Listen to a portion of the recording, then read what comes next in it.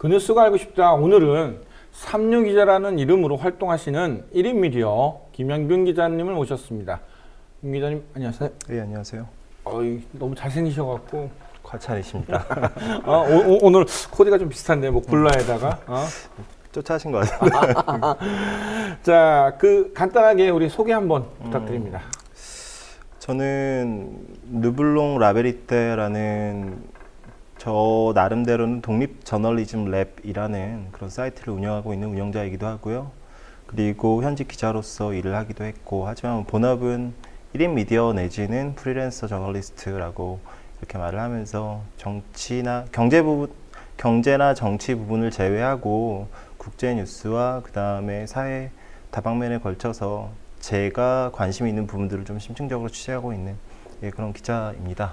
그 1인 미디어 중에서는 좀 이렇게 특출나게 국제 관련된 뉴스를 좀 많이 올리시는데, 삼류 기자님이 볼 때 우리나라 이제 국제 뉴스를 읽는 방법이라든지 국제 뉴스 그렇게 많이 외신 같은 거 많이 안 보잖아요. 그렇죠. 지금 국제 뉴스를 전문으로 하는 기자들이 많이 있나요?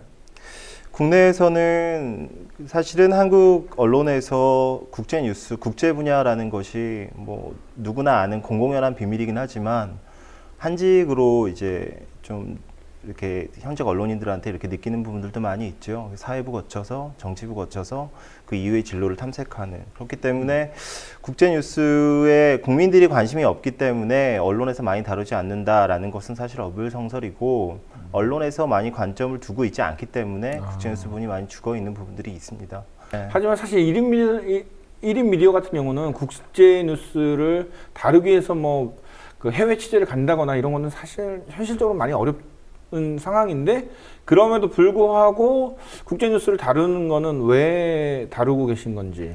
사실은 제가 국제 분야의 전문은 아니고요. 네. 어떤 사안을 바라볼 때 좀 다른 시선이 어디 있을까 찾아보다가 국제 분야에 대한 그런 외신들의 이야기들을 좀 찾아보기 시작했던 것이고요.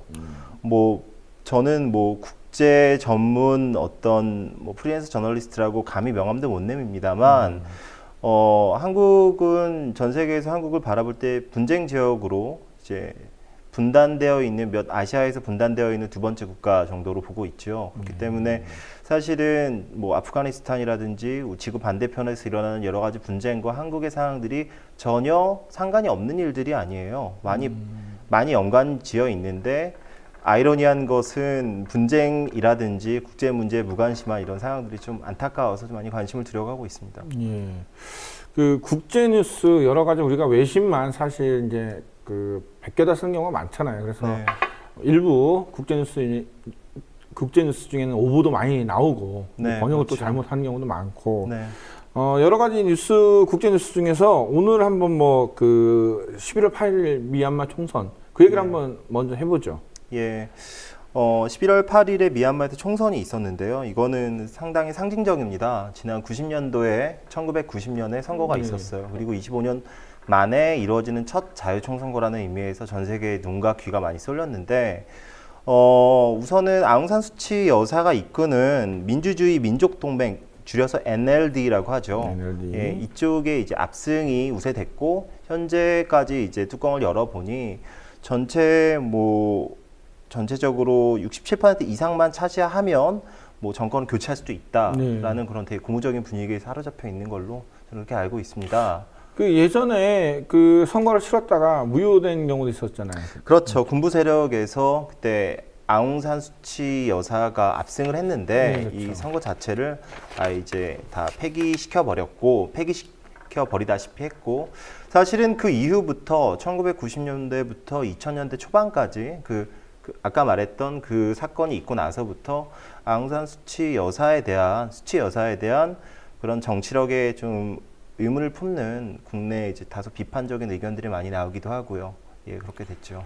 그러니까 아버지가 이제 아웅산 독립 장군이죠. 예. 굉장히 추앙받는, 그렇죠, 분이었고, 그 분의 영향 때문에 사실은 이제 아웅산 수치 여사가 이렇게 정치적인 입지를 갖고 있었던 이유도 있었고, 그다음에 가택연금도 꽤 됐죠. 그래서 현재도 가택연금 상태이고, 남편 장례식장도 못 가고 막 그랬죠. 그런데 이번 총선에서 뭐 특별하게 네. 우리가 이제 짚고 넘어가야 할 일들이 좀 있나요? 총선에서는 우선은 지금 현재까지 나온 결과로서는 NLD가 압승을 거두리라고 거의 확실시 됐는데 네.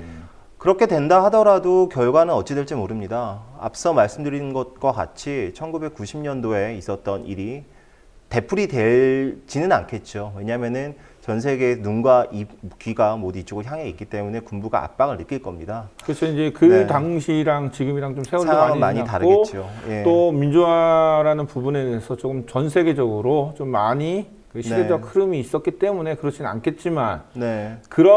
하지만 또 네. 일부에서는 아웅산 수치 여사의 그 네. 어떤 아까 얘기했던 지도력이라든지 정치력에 대해서 의문을 조금 많이 품죠. 의문을 많이 품고 있는데 그 이유는 도대체 뭘까요?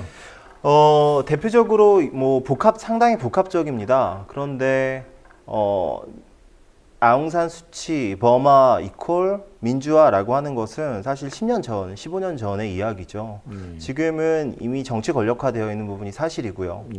그리고 아웅산 수치 여사의 어떤 발언이라든지 기자회견 내용들 좀 분석해 보면 굉장히 짧고 그다음에 좀 자신감에 넘쳐서 지나치 어찌 보면 독선으로까지 비춰질 수 있는 그런 부분들이 있는데 이런 것은 아주 작은 부분이고 가장 큰 것은 최근에 전 세계에서 굉장히 많이 중요하게 된 이른바 보트 피플이라고 들어보셨습니까? 네, 그렇죠. 그 미얀마의 무슬림 그 소수민족인 로힝야족이라고 있는데 미얀마가 2012년도부터 어떤 일이 있었냐면은 불교 극단주의와 그다음에 이슬람 혐오가 굉장히 득세했어요. 이것은 군부 세력에서 효과적으로 통치하기 위해서 내부적인 분열을 이제 조장한 결과인데 그 타겟으로 미얀마가 불교 국가이다 보니 소수인 무슬림에 대한 그런 막 살인과 방화들이 많이 일어났죠. 그래서 굉장히 많은 사람들이 죽었고 그다음에 터전을 이제 떠나서 보트에 타서 전 세계 바다를 떠도는 그런 일이 있었는데 앙산 수치 여사의 NLD가 그거에 대해서는 입을 다물었죠. 사실은 그거에 대해서 달라이 라마도 참 문제를 제기하기도 하고 그랬는데 그 이유는 정치적인 이유입니다. 그 다수가 불교 신도인 그런 상황에서 무슬림의 편을 들었다가 총선을 앞두고 있는데 행여나 어떤 자기가 어떤 피해가 있을 수 있지 않을까. 그래서 최근의 발언들을 보면 이거 관련해서 어떤 뭐 할 말이 없느냐라고 기자나 이런 분들이 물어보면 복잡한 문제다 정도로 정리했고 그리고 의도적으로 뭐 정치적인 이유에서건 어쨌건 자국민 민주화 인권 자유 등을 주장했었던 NLD가 그런 자국민이 전 세계 바다를 떠돌고 있는 이른바 수치의 바다라고 하는데 그런 상황에 대해서 침묵하고 있는 것은 비판받아 마땅한 일이죠. 예. 지금 미얀마 총선에 대해서 네. 그러니까 11월 9일 그 네. 당시 이제 그 주요 3사 뉴스에서는 많이 네네. 좀 다뤘는데 네. 보수 언론에서도 꽤 비중 있게 다뤘죠. 지금 미얀마 총선 얘기를. 버마와 앙산 수치 여사 관련해서는 사실 국내 이제 보수 정당이라 대표적 보수 정당이라고 말하는 새누리당과 그다음에 보수 언론에서 굉장히 좋아하죠. 참 아이러니하죠. 사실은 그 민주화라는 어떤 상징성, 한국의 민주주의 이런 부분들을 강조하기 위해서 많이 다뤘는데 조선일보뿐만이 아니라 조선일보에서는 2개면의 통으로 걸쳐서 신문 1면에 냈고요. 그다음에 중앙일보도 마찬가지로 냈고 비중 있게 다른 부분 사실입니다. 그러면 우리가 뭐 예. 그 조선일보 관련된 영상 잠깐 보고 한번 얘기를 나눠볼까요? 네네. Hello, I'm Kim Young from Joseon Daily Newspaper. Korea is also overcome dictatorship. Would you share any kind of inspiration when you get from Korea process of democratization? We get inspiration from democratic processes everywhere, not from one particular country. Because of course our country, each country is unique. And while we can learn from the whole world in general, our experiences are not exactly the same of any other particular country. 총선 3일 전이 지난 5일 날 앙산 수치 그 여사의 자택에서 기자회견이 있었는데요. 그때 국내에서도 여러 취재진이 간 걸로 알고 있습니다. 조선일보 기자가 묻죠. 지금부터 제가 말씀드리는 내용은 신문에 올라간 내용인데 한국의 민주화 과정에 대해서 어떤 견해를 갖고 있느냐라고 이제 기자가 물어봐요. 네. 그리고 나서 이제 아웅산 수치 여사가 대답을 합니다.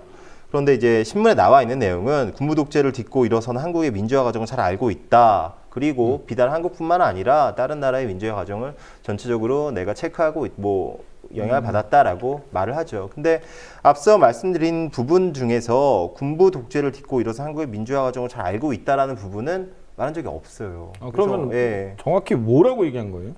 뒤에 부분이죠. 비단 한국에 국한되지 않고 다른 나라의 민주화 과정을 전체적으로 내 영향을 받고 참고를 했다라는 식으로만 짧고 간결하게 대답을 했죠. 예. 그러니까 우리가 보통 외신 지금 박근혜 정권에서 몇 번 그런 실수라고 해야 되나?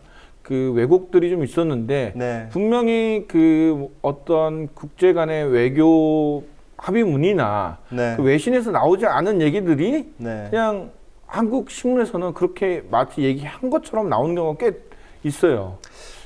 비단 박근혜 정권 하뿐만이 아니라 이거는 뭐 지금까지 뭐 고착되어 왔던 문제라고 볼 수 있는데, 첫 번째로 그거를 국민들이 대부분 확인을 하지 않죠.